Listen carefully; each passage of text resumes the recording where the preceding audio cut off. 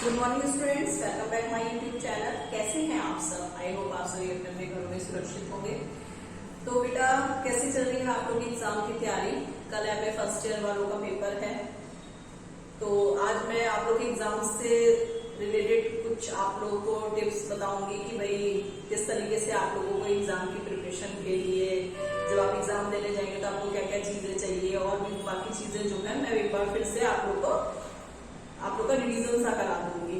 ठीक है, तो जिसमें पहले हम बात करते हैं, कल है 7 मई। ठीक है, तो एमए फर्स्ट ईयर वाले प्राइवेट वाले बच्चों का कल पेपर है। पेपर का नाम है क्लासिकल थिंकर। ठीक है, जिसका सब्जेक्ट कोड क्या है? G187। तो सब्जेक्ट का नाम और पेपर कोड, ये दोनों चीजें आपको अच्छे से याद होना चाहिए। ठीक है, क्योंकि जब आपके पास आपकी कॉपी आएगी लिखने के लिए तो उसमें आपको अपना नाम भी लिखना होगा। ठीक है, सब्जेक्ट का नेम भी लिखना होगा और पेपर कोड भी लिखना होगा। जो सब्जेक्ट का नाम होगा वो भी और पेपर कोड भी। तो इसलिए आपको दोनों चीजें आपकी जो है वो इम्पोर्टेंट है। इन दोनों चीजों का आप ध्यान रखिएगा कि आपको पेपर कोड जरूर पता होना चाहिए। तो आपको जो टेस्ट पेपर मिलेगा उसमें दिया होगा पेपर कोड। ठीक है, लेकिन फिर भी आपको पहले से ही पता होना चाहिए। नेक्स्ट, टाइमिंग क्या है? टाइमिंग जो है वो है आपकी 3 घंटे। ठीक है, फर्स्ट ईयर वालों की जो एग्जाम टाइमिंग है वो है 3 घंटे की। एग्जाम जो है वो आपका शाम को 3 बजे से लेकर के 6 बजे तक है, तो 3 घंटे का टाइम है। ठीक है, तो पूरा रिटर्न का एग्जाम है। आप लोग को क्वेश्चन पेपर मिलेगा। क्वेश्चन में टोटल जो है वो 10 क्वेश्चन दिए होंगे। 10 में से आप लोग को कोई भी 5 क्वेश्चन करने होंगे। ठीक है, तो हर क्वेश्चन जो है वो होगा आपका 20 मार्क्स का। ठीक है, 5 क्वेश्चन करने हैं और हर क्वेश्चन जो है वो आपका होगा 20 मार्क्स का, यानी 20 into 5 is equal to 100। तो टोटल 100 मार्क्स का आपका पेपर होगा। अच्छा, अब आप लोग को सामान क्या क्या लेके जाना है? आप अपना एडमिट कार्ड, सबसे इंपॉर्टेंट चीज है आपका एडमिट कार्ड। आपके पास एडमिट कार्ड जरूर होना चाहिए। आपने नेट से निकलवा लिया होगा, नहीं निकाला है तो प्लीज जाकर जल्दी से जल्दी निकाल लीजिए। जो आपका एडमिट कार्ड होगा उसमें आपका सब्जेक्ट कोड भी दिया, आपका सेंटर भी दिया होगा कि सेंटर का नाम क्या है और सेंटर का कोड भी दिया होगा। एक चीज जरूर ध्यान रखिएगा कि एग्जाम में जो आपका एग्जाम सेंटर है उसका कोड भी पूछा जाता है। हर कॉलेज का अपना पर्सनल कोड होता है। तो आपका मान लीजिए फॉर एग्जाम्पल के लिए कॉलेज है गिनी देवी कॉलेज। ठीक है, तो उसका सब्जेक्ट कोड जो भी होगा, जो उनका अपना पर्सनल कोड होगा, वो कोड आपसे आपकी कॉपी में लिखवाया जाएगा कि आपका किस एग्जाम सेंटर पे एग्जाम पड़ा। ठीक है, तो आपको जो भी आपका कॉलेज होगा जिसमें भी आपका सेंटर पड़ा है, ठीक है, जहां आप एग्जाम देने जाएंगे उसका कॉलेज कोड भी आपको पता होना चाहिए। तो आप क्या क्या लेके जाएंगे? एडमिट कार्ड हो गया आपका।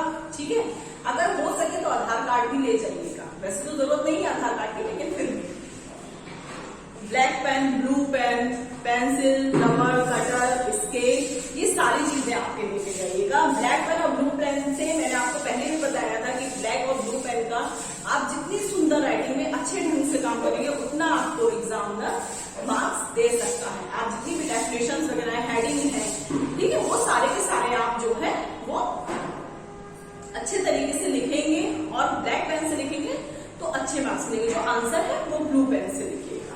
ठीक है, अच्छा, जो आप हेडिंग्स वगैरह डालेंगे उसके नीचे अंडरलाइन जरूर करिएगा। जो भी आप डेफिनेशन लिखेंगे उसके नीचे जो है उसको भी अंडरलाइन कर दीजिएगा। ठीक है, इन सारी चीजों में ये बहुत छोटी सी कॉमन चीजें हैं जो आप सबको पता होगी, फिर भी मैं एक बार आप लोगों को सारी रिपीट कर दे रही हूँ। ठीक है, अब नेक्स्ट है आपको अपना रोल नंबर जरूर पता होना चाहिए। ठीक है, रोल नंबर जब आप लिखते हैं तो आपके कॉपी में जो है वो आता है कि रोल नंबर 2 तरीके से लिखने का। एक तो आता है शब्दों में लिखो, एक आता है अंकों में लिखो। तो अंकों में तो आपका जो आपका रोल नंबर है वो आपको आपके एडमिट कार्ड पे लिखा होगा। आप ध्यान से उसको लेकर के लिखिएगा क्योंकि रोल नंबर काफी बड़ा होता है। तो एक एक वर्ड जो है वो मिला करके, एक एक जो अंक है वो मिला करके लिखिएगा और ध्यान से। अच्छा, जो शब्दों में लिखने को आता है ना, तो ऊपर अगर आपने लिखा है, मान लीजिए बच्चे कई बार कंफ्यूज हो जाते हैं कि कहीं ऐसा तो नहीं कि हमें 1000 में या लाख में, कि मान लीजिए अगर आपका दिया हुआ है 9 4 3 8 5, ऐसे करके आगे आपका जो भी रोल नंबर होगा। फॉर एग्जाम्पल के लिए मैं बता रही हूँ, ये किसी का रोल नंबर नहीं है, मैं आपको सिर्फ समझा रही हूँ। तो इसमें 9 है तो आप इसके नीचे लिखिए 9।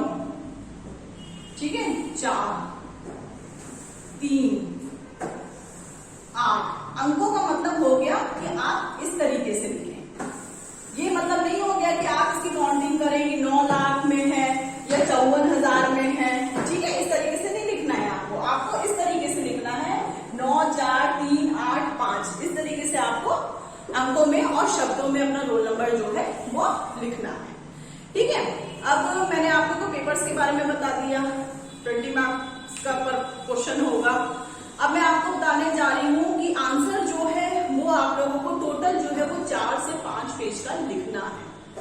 कम से कम 4 पेज, ज्यादा से ज्यादा 5 पेज, ठीक है। मतलब मान के चलिए कि 4 पेज का तो आपको लिखना ही लिखना है, तभी आपको मार्क्स मिलेंगे अच्छे, ठीक है। टाइम का जरूर ध्यान रखिएगा। अब मैं आपको एक सबसे ज्यादा इंपॉर्टेंट चीज बताती हूँ कि जो आप 4 से 5 पेज आंसर लिखेंगे तो आप कहेंगे कि मैम एक आंसर पे कितने का होना चाहिए, तो एक आंसर आपका आधे घंटे का होना चाहिए, क्योंकि आपके पास 3 घंटे का टाइम है, ठीक है। आधे घंटे के आपके टोटल जो है वो 5 क्वेश्चन आपके हो गए। फिर भी आपका टोटल 4.5 घंटे का, सॉरी 2.5 घंटे का हो गया। आधा घंटा आप अपना रिवीजन के लिए रखिए कि बाई चांस कोई आंसर ऐसा है जो थोड़ा बड़ा था लेकिन आप उसको शॉर्ट में आप उसको छोड़ रहे हैं क्योंकि आपके पास टाइम कम है, ठीक है। तो लास्ट में जो आधा घंटा बचता है, एक तो रिवीजन कि आपने आंसर, आपने जो सारी चीजें लिखी है वो ठीक है कि नहीं, और दूसरा अगर बाई चांस कोई आंसर थोड़ा बहुत लिखना रह गया, आपको याद है लेकिन आपके पास टाइमिंग की कमी है, तो आप यही कर सकते हैं कि उस आधे घंटे में से 10-15 मिनट निकाल करके आप उस आंसर को ले सकते हैं। तो हर क्वेश्चन जो है आपका, जो आप आंसर लिखेंगे वो आंसर आधे घंटे का होना चाहिए, यानी टोटल 5 आंसर करने हैं तो 5 आंसर जो है वो आपके 2.5 घंटे में कंप्लीट हो जाने चाहिए।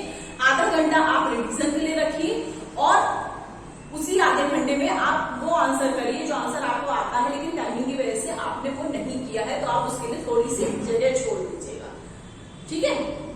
तो ये सारी टिप जो थी आपकी एग्जाम से रिलेटेड थी, सारी चीजें मैंने आप लोगों को बता दी है। आप लोगों ने भी अच्छे से तैयारी कर ली होगी। जो क्लासिकल थिंकर वाला आपका पेपर है उसमें आपके टोटल 6-7 यूनिट्स हैं, ठीक है। उन सभी यूनिट्स में आपके जितने भी क्लासिकल थिंकर हैं, फॉर एग्जाम्पल के लिए अगस्त कांटे हो गया आपका, कार्ल मार्क्स हो गया, दुर्खिम हो गया, मैक्स वेबर हो गया, या फिर हर्बर्ट स्पेंसर हो गया, इन सब के बारे में का जीवन परिचय अच्छे से पढ़ के जाइए। क्योंकि अगर किसी भी तरीके का किसी भी चीज से रिलेटेड, मान लीजिए दुर्खिम के बारे में आता है, तो आप स्टार्टिंग में अगर उनका थोड़ा सा जीवन परिचय के बारे में बताएंगे कि उन्होंने समाजशास्त्र के बारे के विषय क्षेत्र में क्या क्या अपने योगदान दिए हैं, तो उससे भी थोड़ा सा आपका आंसर कवर होगा।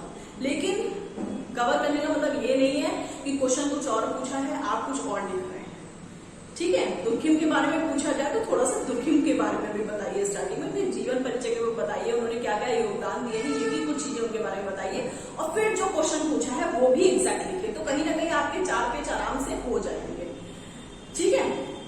तो ये जितनी भी टिप्स थी मैंने आज आपको सारी अपने वीडियोस में बता दी हैं।